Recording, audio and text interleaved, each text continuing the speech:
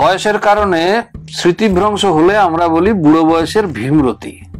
আবার কেউ যদি খুব ভুলো মনের হয়ে থাকে কিংবা উল্টোপাল্টা কাজ করে থাকে, তখন আমরা ঠাট্টার ছলে বলি, কিরে ভীমরতি ধরলো নাকি।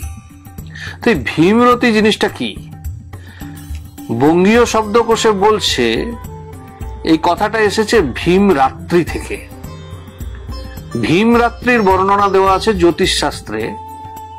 মানুষের জীবনের ৭৭তম বৎসরের সপ্তম মাসের সপ্তম রাত্রি, এই রাত্রিটিকে ভীম রাত্রি বলা হয়। এবং মানুষ এত দীর্ঘায়ু সচরাচর হয় না। এই ভীম রাত্রি সহজে কারোর পার হয় না। যার পার হয়, অর্থাৎ যিনি এই ৭৭ বছর ৭ মাস ৭ দিন বয়সটা পার করে ফেলেন, তিনি নিঃসন্দেহে পুণ্যাত্মা। এবং এই বয়সটা পার হলেই